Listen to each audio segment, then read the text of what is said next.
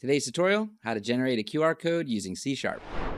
Hello everyone, today we're going to explore the IronQR library in C#. First, you need to install the IronQR library with the NuGet package manager. I've already done so to save some time on my end. So let's go ahead and move to the program.cs file and check out the pre-written code. We start by including the IronQR and IronSoftware.drawing namespaces.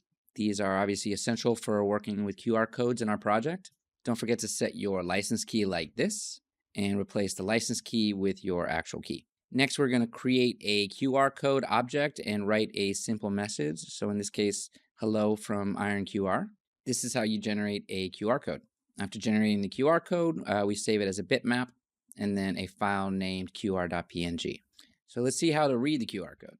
We load our saved image and use the QR reader class to read and extract information from it. So let's run the project and see it in action. We'll wait for the QR code to generate and then we'll read it. Here we go. QR code generated appears. Our QR code has been successfully created and saved as qr.png. So next, the program moves to reading the QR code. And there it is. The console displays the QR code value. This confirms that IronQR has successfully read the QR code and extracted the message, hello, from IronQR. And let's quickly take a look at the QR code image generated.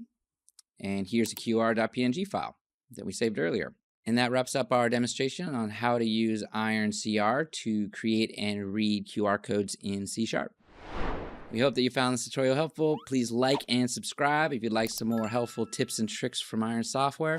If you want to get started with IronQR yourself, we have a link to a trial subscription below.